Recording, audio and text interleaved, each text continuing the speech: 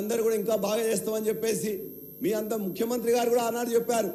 మీరు 3వ తారీఖు ఎన్నికలో మీరు ఖచ్చితంగా వేసినట్లయితే 4వ తారీఖే రైతు బంధు కాదు రైతు భరోసా 15,000 రూపాయలు వేస్తామని చెప్పారు. మేము వీడియోస్ మీకే చూపిస్తాం అధ్యక్ష. అంతేకాదు రుణమాఫీ కూడా మీరే చెప్పారు అధ్యక్ష. 2 లక్షలు ఒకటేసారి ఇస్తామని చెప్పారు. 2 లక్షలు ఒకటేసారి ఇస్తామని చెప్పారు. చెప్పడమే కాదు అధ్యక్ష, ఒకవేళ ఎవరైనా 1 లక్ష రుణమాఫీ తీసుకున్నట్లయితే మరలా మీరు తీసుకోండి, 9వ తారీఖు 2 లక్షల రుణమాఫీ నేనే ఇస్తామన్నాడు. దయచేసి ఇవ్వండి, రైతులందరూ కూడా ఎదురు చూస్తున్నారు. అంతేకాదు మొన్న మీరు చెప్పారు, మీరు వరంగల్ డిక్లరేషన్, నేను మొట్టమొదటి కాంగ్రెస్ మీటింగ్ జరిగింది, ఆ కాంగ్రెస్ మొట్టమొదటి డిక్లరేషన్ లో మీరు ఇదే రైతు భరోసా చెప్పారు, రైతు రుణమాఫీ గురించి చెప్పారు. అంతేకాకుండా కౌలు రైతులను కూడా మొత్తం గుర్తించి రైతులకు అదనంగా కౌలు రైతులను గుర్తిస్తామన్నారు. ఆ కౌలు రైతుల విధి విధానాలు నిర్ణయించిండ్రా? అటువంటిది ఇవాళ ప్రసంగంలో పెట్టినట్లయితే బాగుండేది. దాని గురించి ఎక్కడ కూడా ప్రస్తావించలేదు. అదేవిధంగా మీరు చెప్పారు 500 బోనస్ ఖచ్చితంగా వరికి ఇస్తామని చెప్పారు. మొన్ననే అయిపోయింది వానాకాలం, ఇవ్వలే. ఈసారైనా యాసంగిలో ఇస్తారా, మళ్ళీ లేకపోతే మోసంగి చేస్తారా అని చెప్పి కూడా మీకు వదిలిపెడుతున్నాం. ఖచ్చితంగా ఇవాళ రైతులందరూ కూడా ఎదురు చేస్తున్నారు. వ్యవసాయాన్ని ఖచ్చితంగా ఆనాటి పాలకులు దండగా చేస్తుంది, కానీ ఇవాళ దరిదాపుగా నెంబర్ 1 వరిలో ఇవాళ తెలంగాణ ఉన్నది. నెంబర్ 1 మిర్చి పండించడంలో ఆనాడు గుంటూరు ఉండే, ఇవాళ మొత్తం కూడా ఖమ్మం వచ్చింది. ఇవాళ పత్తిలో నెంబర్ 3గా ఉన్నది. అదేవిధంగా ఉన్నదాకా ఎవరెవరు అవినీతి చేసి నేను అన్నీ వస్తాయి అధ్యక్ష. మేము చెప్పేదాన్ని మేము మాట్లాడుకుంటే ఉన్నది, అన్ని ఉన్నాయి. అదేవిధంగా మేము అడిగేది, మీరు చెప్పే రైతు భరోసా మీరు చెప్పారు కదా, మీ రైతు భరోసా గురించి పక్కన పెట్టండి.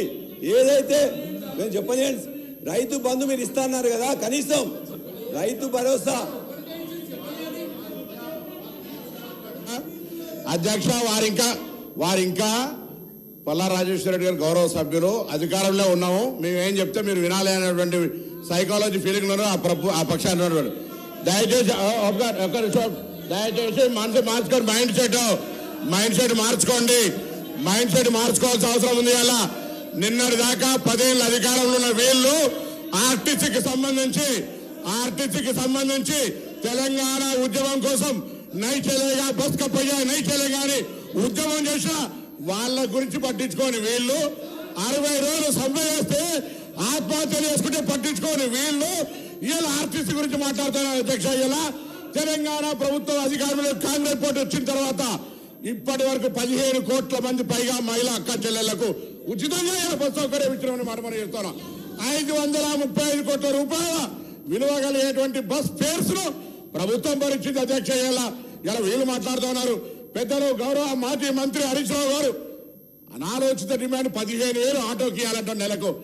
మీరేమిచ్చారు? 1000 రూపాయలని ఇచ్చిందా? ఒకవైపు ఆటో పన్ను రద్దు చేస్తున్నామని చాలా పేరు మీద 1000 రూపాయలు ఇప్పుడు ఒకటి ఆటో కార్మికుల దగ్గరకు పోయి మాట్లాడదాం.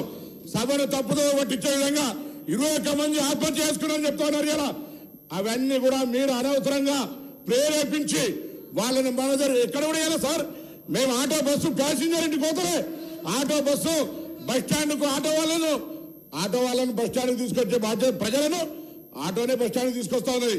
బస్సు ప్యాసింజర్ ఇంటికి పోతలేదు.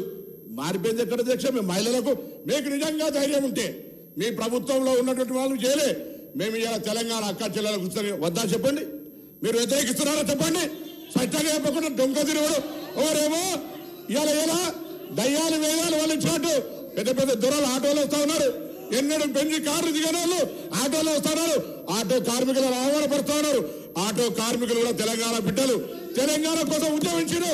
అహంకార ఫ్యూడల్స్ ఆటోలు వస్తా ఉన్నారు. ఏం ఫ్యూడలిజం ఇది? ఆటో జీవనోపాధిగా నడుపుకుంటే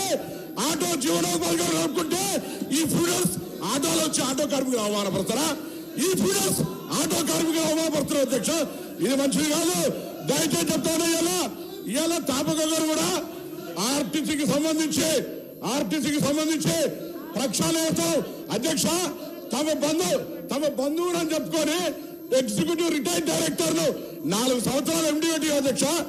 ఎగ్జిక్యూటివ్ డైరెక్టర్ రిటైర్మెంట్ అయిన 4 సంవత్సరాలు ఎండి. ఆటో 60 రోజులు సమ్మె చేస్తే పట్టించుకోని వాళ్ళు వీళ్ళు మా గురించి మాట్లాడేది. కొత్త బస్సులు కొంటున్నాం, ఆటో కార్మికులు, రిక్షా వాళ్ళ, ఇలా ఆర్టీసీ కార్మికులు సంక్షేమం మా బాధ్యత. ఆర్టీసీ కార్మికులకు 2013లో ఉన్న బాధ్యతలే ఇలా మా ప్రభుత్వం ఆలోచన చేస్తుంది అధ్యక్ష. అందుకే దయచేసి సభలో తప్పుదో పట్టించేదిగా, ఆటో కార్మికులు రెచ్చగొట్టేదిగా మాట్లాడే మాటలు అలో చేయదని గౌరవ సభలో దృష్టి కోరుతా ఉన్నాను. పల్లా రాజేశ్వర రెడ్డి గారు ఈ విధంగా బెదిరిస్తూ ఒక్క నిమిషం. పల్లా రాజేశ్వర రెడ్డి గారు ఒక్క నిమిషం సార్.